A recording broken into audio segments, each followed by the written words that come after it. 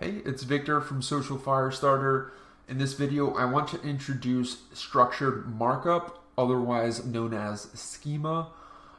So this is something that's a little bit more advanced and technical, but there are definitely a bunch of like SEO plugins available for WordPress that facilitate a lot of this.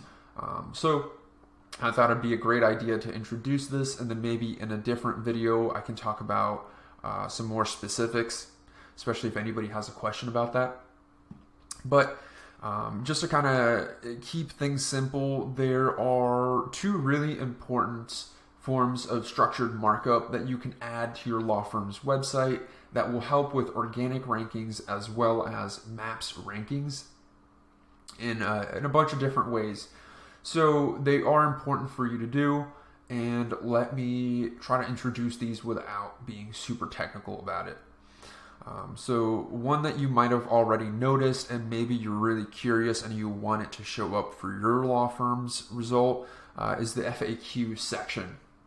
So if you've ever done a brand search, if you've ever searched for a competitor's name and then you see their website result, and then you see those boxes underneath with a bunch of questions and then answers, it's a really cool thing to do for whoever is researching your law firm's name. If they see that and they see a bunch of awesome like relevant questions right underneath it, it also just takes up a little bit more real estate. So it makes your search result look a whole lot better, a whole lot more put together for anybody that's researching your brand name. Structured markup, I would say, is also really important for any page on your website that is ranking, is doing well, is already on page 1 for a good search term that people are actually using. It's important to look at structured markup for those pages. Everything else, I would say, not super crucial, but obviously if you have an SEO agency, it's something that they should be doing to every page. Now, another very common form of structured markup would be the local business, or in this case, the attorney schema.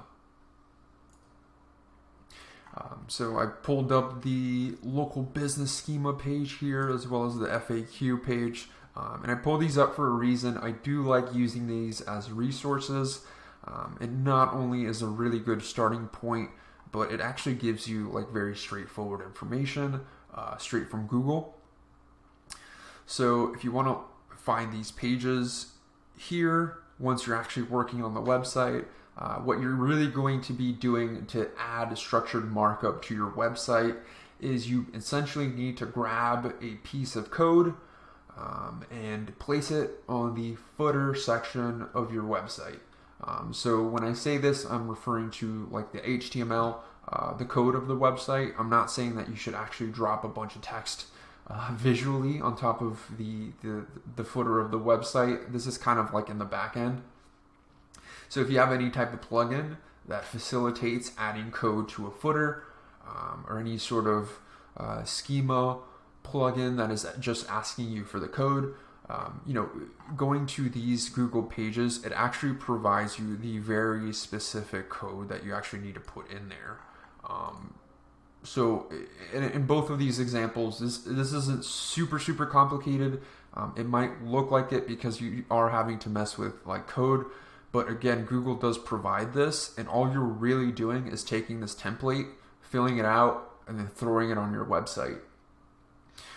So like with the question, the frequently asked questions markup, if you look through this, it's just different sections of code where it says question, and then you just place the question that you have on there, and then you place the text that you want displayed as well.